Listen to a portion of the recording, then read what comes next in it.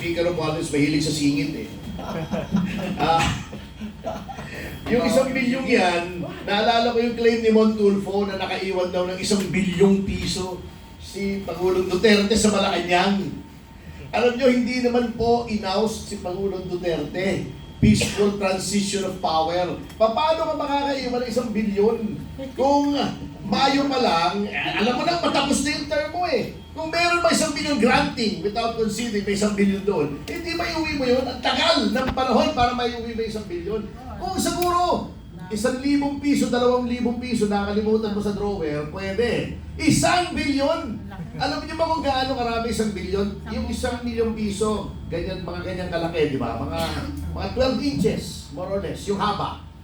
1,000 ganon ang 1 billion. 1,000 na 1 billion.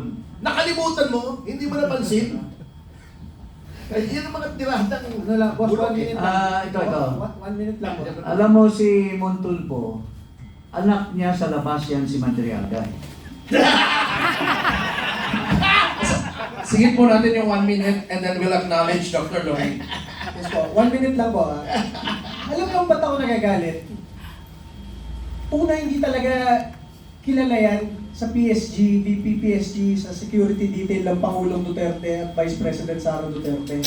Ang dami nagte-text sa amin sa Duterte Youth Party List. Sir, sabihin nyo nga hindi namin kakilala yan. Puro opisyal. Galing PMA at PNP. Sir, hindi namin nakilala yan o kahit kailan. Yung kaisa-isang picture niyan, nakatabi na solo si Vice President, yan yung inauguration ni Ma'am, na 1,000 taga Davao audience ang nagpa-picture sa kanya isa-isa. Yun lang yun. And pangalawa, talagang ang Duterte Youth Party List, nakakuha ng pinakamalaking boto ng ating mga pulis at sundalo, gusto lang ipaabot ng ating mga pulis at sundalo na hindi man lang namin naging kasama yan, kahit private sa Armed Forces, kahit patrolman sa PNP, huwag niyang sabihin na kung ano-anong claims niya sa buhay dahil kalokohan alam ng lahat ng security agencies ng ating bansa, Mr. Madriaga. Pero alam mo ba kung anong dinala ni Laila de Lima nung dumalaw kay Madriaga? Saging na saba. Alam naman po natin, judging by the affidavit that it will not stand legal scrutiny, even more perhaps psychiatric assessment, hindi rin magsastand yan. Baka nasiraan for staying under the Lima's wing. So anyway, acknowledge po natin ngayon si Dr. Lorraine Badoy. Dr. Lorraine, are you still there? Yeah, can you hear me? Okay, loud and clear po. Go. As Jerry Okay, would say, so, Kylo Ren. listening to Ronald, to Attorney Topacio, everybody, it's enraging, di ba? Nakakabaliw sa galit. And this is not the first time. It's been the hallmark of the Marcos presidency, yung kabaliwan na ganito, the insanity. Now, because this is an insane president, and we can talk ourselves blue in the face, as I said, no? Yung mga insertions, all of that, all the technicalities, that parang we're talking about yung a Congress that's made of hardened criminals, no? Na inuulit pa, di ba? While this president, his idea of damage control is salita lang, puro salita. And then the most ridiculous things, because if there's anything that's very clear right now, is that Bongbong Marcos did not run to serve. He ran to steal from the Filipino people. Kung kaya ito mga na pinapakinggan natin, nakakagalit, and for the past 3 years, this is what he's been doing to the Filipino people. Diba? And why is that? This is a man in the grip of a powerful substance abuse disorder. If there's anything that's very clear now, is that he's not fit to lead. He has destroyed our economy in under 3 years. And yung the amounts that we're talking about right now are staggering, nakakahina. And you know what that means? What those amounts mean, no? Is that yung mga bahay na wash out, yung mga nalunod na mga kababayan natin, yung mga nagugutom. And this is why we need to speak out, because they're not able to speak out, di ba? And if there's one thing that we also know, this could not have been possible under President Rodrigo Roa Duterte. In the end, the buck really stops with Bongbong Marcos. And apart from the, di ba, Ferdy said, Attorney Topacio said that yung statement ni Zaldico Why is it heavy? It's also heavy because he's the appropriations chair. Di ba? Mabigat yung sinabi niya. So, and yet, niloloko ang Pilipino, no? Walang kahihiyan itong Marcos administration na ito. That ICI is a load of crock talaga, bullshit. Because it was created by Bongbong Marcos, his appointees, no? These are his appointees, and they will not touch Bongbong Marcos nor Martin Romualdez. And at the end of it, ang kakapal talaga ng mga mukha, walang kahihiyan sa Pilipino. The impunity, the brazenness, and we'll always go back to the privilege of having served my country under PRRD, which fortunately, no, for us, he gave us a standard eh. And I'm afraid that we're going to lose that outrage, and we should never lose that outrage. Isa pa yan, no? Just to look at PRRD in The Hague, yan ang ginawa ni Bongbong Marcos. It's a heinous crime. Extraordinary rendition. So, all in all I really just want to say, as a doctor, no, we can cure the symptoms. We can say, we'll do this, yung katulad ng ginagawa niya, no? He'll fire all sorts of people, mga other secretaries niya, si Lucas Bersamin, etc., etc. Pero siya yung kailangan mag-resign. He has to step down. He is fully incapable of leading our country. It's like having a patient with cancer. You're going to manage the fever, the appetite loss, but in the end, it's the cancer, and the cancer is Bongbong Marcos. He is fully incapable. He is a plunderer. He is a criminal, the extraordinary rendition of PRRD, and he is a drug addict. At the very bottom of this is because he is a drug addict. His family members are drug addicts. In the real world, if you refuse a hair follicle drug test, it is the same as a positive test, and you get fired. It's the same thing now. No, so I guess that's all I have to say. It's wonderful listening to all of you. Kasi parang akala ko ako lang yung galit eh. Tsaka alam mo yan si Madriaga, yung asset natin ang sinasabi, siya yung nilapitan ni Trillanes para i-assassinate si Vice President. The Vice President knows this. No, so, the takedown of the Vice President, it's so brazen, it's so shameless, the utter disregard for the Constitution. All of this is happening under the watch of a drug addict. So we should not be surprised anymore that all of this madness is happening, and that madness has to stop, and he has to step down. Bongbong Marcos has to step down now. Otherwise, he's going to bleed our country dry. He's doing it now. On one hand, he's going the rounds with all of his ridiculous statements na nagpapapogi na about good governance and about corruption, so he's so against it. But on the other hand, he's sending Vince Dizon, his alter ego, to steal from us. No, so nakakahiya itong president na ito. He has to step down. That is the moral obligation of our generation, not to allow any Marcos ever again.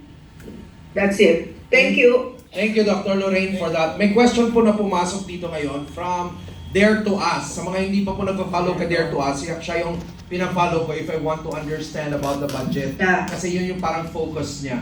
So may question siya rito. I don't know if anyone from our panel can answer this. This is about the budget, mismong budget ng House of Representatives. Sabi rito, we would like to ask po bakit ang budget ng House of Representatives ay walang public deliberations. No presentation of budget, no scrutinization like other government agencies.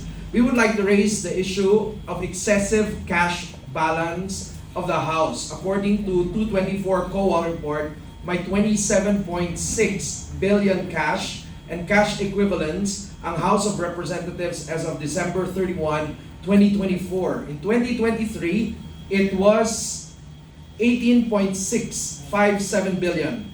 According to the report, it was earmarked for payment of payables already obligated and due for payment in the ensuing years. Pero po, ang total liabilities of the same COA report in 2024 is 481 million pesos only.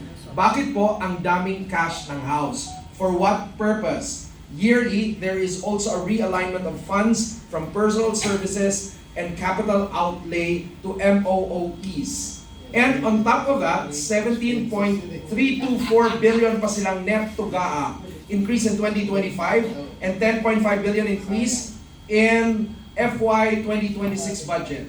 Bakit ang dami nilang cash at bakit patuloy ang increase ng kanilang budget na walang public budget deliberations, no scrutinization, no questions? I consider this a hypocrisy on the part of the House scrutinizing other agencies pero ang budget nila hindi nangyayari sa budget nila.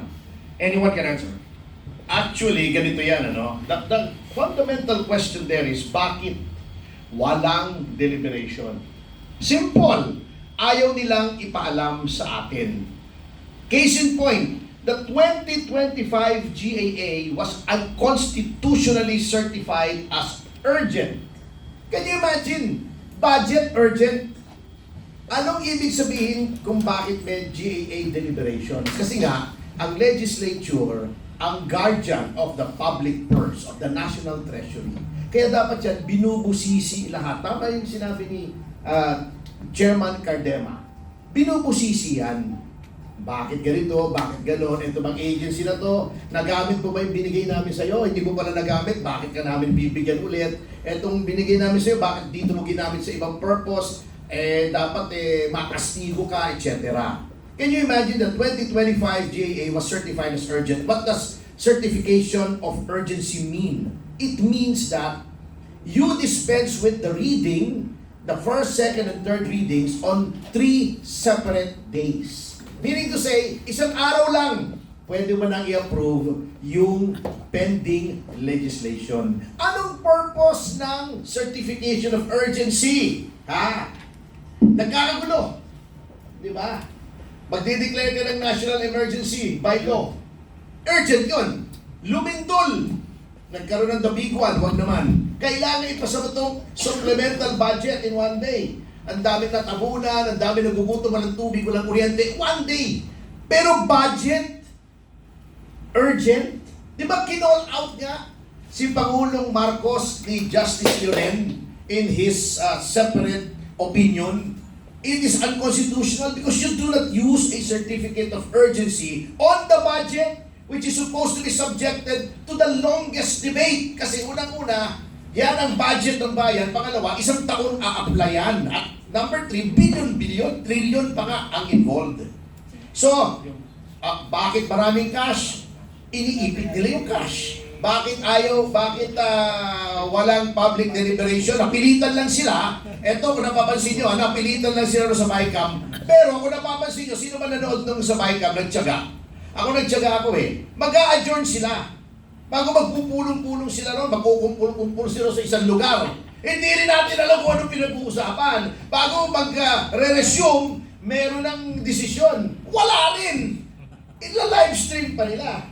Walang iniwan yan doon sa ICI Merong guidelines for live streaming, pero umpisa nung na-create yung ICI noong September, itong taong ito, ilan ang ni-live stream na hearing? Isa! Exactly 1 hearing. Oho. Yun ang nangyari sa ICI. Pinaglolo ko tayo. Public daw, live stream, pero recess, private consultation doon sa bandang likod, kitang-kita naman nawawala sila nandun yung screen, hindi nawawala yung live feed, pero walang laman itong mga mesa, nandun sila sa likod. Then pagbalik nila, ayos na.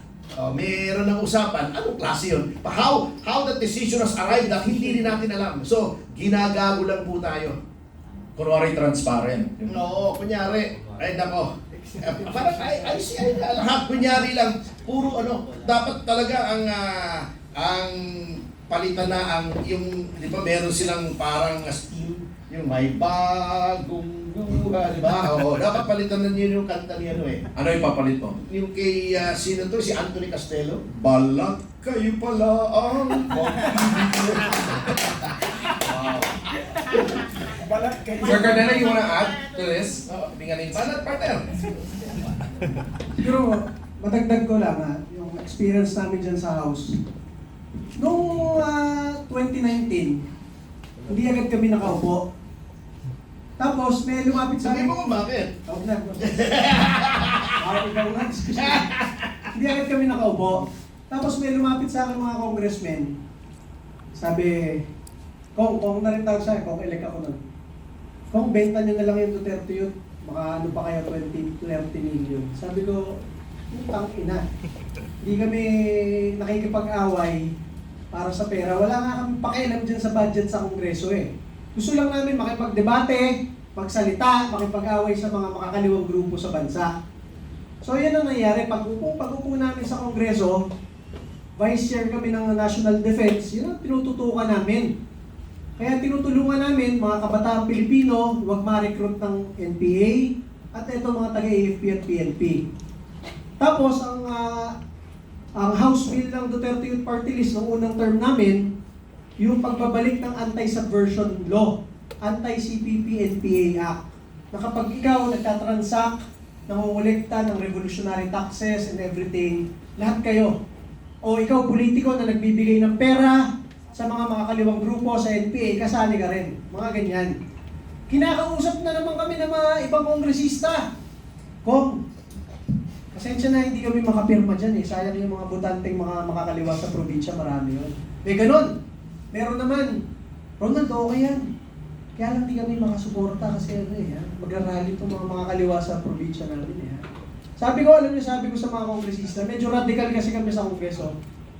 Ang daming kongresista at politiko, gusto ng reservist rank sa armed forces, gusto ng arrival honor sa PNP, gusto ng rank sa Philippine Coast Guard Auxiliary, pero para pumirma ka, laban sa pumapatay sa tropa ng gobyerno, ayaw mong pumirma, anong tawag sa ganyan? Diba? So, layuan na naman yung ibang congressman sa amin. Nung second term namin, under Marcos administration, eto na. Kami lang ang nag-file ng pagbabalik ng death penalty by firing squad para sa lahat ng taga-gobyerno na kasali sa plunder, kasali sa mga ghost projects. Wala man lang pumirma kahit isa. Tapos hindi kami kinakausap. Tapos eto na, pagdating ng 2024, ang dami nga sinasabi ko sa inyo, bagong Pilipinas Servisyo Fair.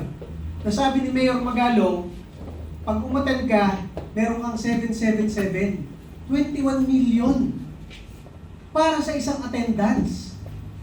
Sa 31 na invitation sa amin dyan, ang inyong Duterte Youth Party List, hindi namin kayang umattend. Masabi ko sa inyo, ang daming umaattend, 200 plus, hindi namin kayang umattend. Tuwing magpapadala ng invitation ng Office of the Speaker, pino-forward ko kay Congressman Pulong Duterte at kay Vice President Sara Duterte. Sabi ko, ma'am, hindi kami attend sa ganito ha. Minsan nag-invite sa Davao pa. Davao City pa mismo. Sabi ko, ma'am, sorry, hindi kami attend kahit Davao City to. Alam ko namang sa kabilang side to. So ganyan na nangyayari. Kahit nung mismong Quadcom hearing ni Pangulong Rodrigo Duterte, 14 hours mula 10 a.m. hanggang 12 midnight, Duterte Youth Party List. Hindi namin kayang hindi ipagtanggol si Pangulong Duterte. Kahit sinasabihan kami ng mga kongresista doon, pare, huwag kayong magsasalita dito ha. Naka-register na kaming magsasalita. Tinanggal pa kami sa listahan. Nilapitan ko lang yung Quadcom. Sabi ko, pinagsalitaan niyo yung tatlong mga bayan? Kami hindi, magwawala ako dito. Wala akong pakialam. Sinabi kong ganon. Kaya nung 11 p.m. nakapagsalita kami 1 hour before mag-adjourn. Kasi galit nga ako dito sa mga makakaliwa eh. Bakit ang daming privileges ng mga makakaliwa doon? Tapos kami, gusto lang namin magsalita, ipagtanggol. Si Rodrigo Duterte na nakasalang sa Kongreso, ayaw kaming pagsalitain. Wala ba kaming karapatan bilang kinatawan ng taong bayan? Napakaraming Pilipino. Wala man lang boses sa Kongreso. Walang man lang magtanggol kay Pangulong Rodrigo Duterte. Kaya sabi ko, magwawala ako dito pag hindi nyo pinagsalita Duterte yun. So ganyan ang aming status sa House. Hindi kami nakikialam dyan sa mga kaperahan sa House, medyo outsider kami. Hindi kami umaten sa bigayan ng kahit ano dyan. Kahit sabihin na, Kong, meron nga lumapit sa akin, Kong, naka-ano na ako, 300 million na. Meron isa, naka 600 million, nakaka-attend lang. Duterte Youth Party List ninyo, masabi ko sa inyo, kahit piso, wala.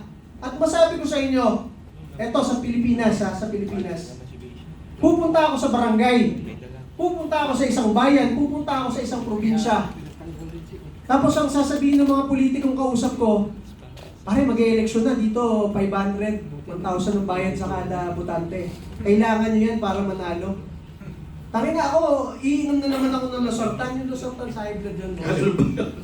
Sabi ko, ina. Bakit ganito yung mga sinasabi sa akin ng mga barangay chairman, mayor, gobernador na pinupuntahan namin? Dito na lang daw mag-invest sa probinsya nila. Akala ko pag sinabi mag-invest, magdala ng mga foreigner o mga negosyante para mag-invest ng negosyo. Ibig sabihin pala, mag-invest yung party list nyo dito na kayo bumili ng boto. Putang na! Masabi ko sa inyo, ang Duterte Youth Party List ninyo, nanalo ng halos 2.5 na milyon na boto ng mga Pilipino, kahit isa doon, wala man lang binili, kahit piso. Ibig sabihin, ang mandato ng inyong Duterte Youth Party List nakakuha ng 2.5 milyon na boto dahil sa paniniwala sa aming pakikipagdebate at pagsasalita para sa taong bayan. Isipin ninyo, ang Armed Forces of the Philippines at Philippine National Police, Commander-in-Chief nila si Bongbong, pero sa 150 na party list, ang number 1 sa AFP at PNP ngayong taon na ito, Duterte Youth Party List. Sinasaluduan mo yung Commander-in-Chief mo, pero ang ibinoto mo, yung kaisa-isang party list na naghain ng impeachment para matanggal ang Commander-in-Chief mo. Ganun ang sentimento ng ating mga pulis, sundalo, mga OFWs buong mundo. Wala kaming ma-hire kahit isang coordinator sa kahit anong bansa buong mundo dahil walang pera ang inyong Duterte Youth Party List. Kahit saan tayo magpunta ngayon, Amerika, China, Singapore, Middle East, Dubai, France, Germany, number 1, Duterte Youth Party List. Wala kaming kakilala kahit isang OFW leader. Pero ang ibinoto ng majority ng mga OFW sa lahat ng bansa buong mundo, kahit mga pulis at sundalo, under ng administrasyong ito, Duterte Youth Party List po ninyo. Ganyan ang aming paninindigan. At ngayon po, pinail natin sa Supreme Court yung aming kaso laban sa COMELEC. Makikita doon ng Korte Suprema. Ang sinasabi lang ng COMELEC, meron daw kaming hindi na-publish na papel noong 2018 nung nag-a-apply kami. Nakalagay sa mismong batas ng party list, the COMELEC shall publish. Sino ang nakalagay sa batas na magpapublish ng mga aplikante? COMELEC po. Ang sabi ni COMELEC sa Supreme Court, pwede namin iutos yan. Pwede nyo namang iutos. Wala kayong inutos, inaprubahan nyo kami. Paano namin mahuhulaan na yung one-pager na yon? Kailangan. Lastly na lang masabi ko sa inyo, sa dami-dami ng party list dyan na bumibili ng boto, sa dami-dami ng party list dyan na nangungurakot, kahit mga kongresista, may kaso ngayon, may alam ng taong bayan na nangungurakot kasama sa mga bilyong-bilyong kalokohan ngayon. May kaso ba sila? Wala. Ang tinanggal yung kaisa-isang party list na nakakuha ng 3 seats sa Kongreso, binoto ng 2.5 milyon na Pilipino, kaisa-isang nagbabalik ng death penalty para sa kurakot sa bansa. Tayo ang pinagtulungan, tayo ang tinanggalan ng budget, tayo ang tinanggalan ng seat sa Kongreso. Pero masabi ko sa inyo, kahit wala tayo sa Kongreso ngayon, kahit sa barangay ng Pilipinas tayo magpunta ngayon, sinasabi ng taong bayan, Sir, Duterte Youth Party List po kami, binoto po namin kayo. Hindi tayo yung kahit saan ka magpunta, yan yung mga nangurakot ng bilyong-bilyong malita. Hindi tayo ganon. At dahil dyan, sa inyong pagtitiwala na ating mga kasama sa social media, mga vloggers, at ng milyong-milyong Pilipino, kaya nabubuhay ang Duterte Youth Party List. Alam ko, makakabalik tayo sa Kongreso at putang ina lahat ng kailangan reforma dyan sa Kongreso na yan at sa ating gobyerno.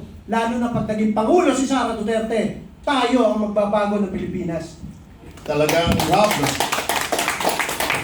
ako talaga nanghihinayang na si Yusek Cardema ay tinanggalan ng boto sa eleksyon.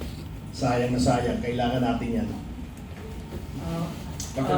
I'd just like to go back to the question. I really believe the question is very valid, and I think it really opens a lot of scrutiny dapat dito sa budget mismo ng House. Pero kasi ang manner kasi po by which it's being done, meron po kasi tayong tinatawag na parang House Committee on Accounts, no? So sila po talaga yung bumabalangkas ng mismong budget, including the salaries of staff, MOOE, and many other expenditures, no? Problema lang, wala po talagang layer ng scrutiny dito dahil pagkagawa po ng House Committee on Accounts, diretso kaagad siya sa plenary, diretso kaagad for approval. So I think maganda po na tignan natin, no? I really feel that the question of this is really valid. Tignan natin kung paano ba talaga ginagawa yung kanilang budget. And I think umiiral po kasi dito yung yung parang long-held tradition sa Congress, no? Merong parang parliamentary courtesy na tinatawag na hindi na talaga tinitingnan. Which I believe in this case dapat, kasi kung sila binabalangkas silang maigi yung mga programa na pinopondohan ng pamahalaan at the national level, bakit hindi natin titignan kung paano sila nagkakaroon ng pondo? I think this is really valid.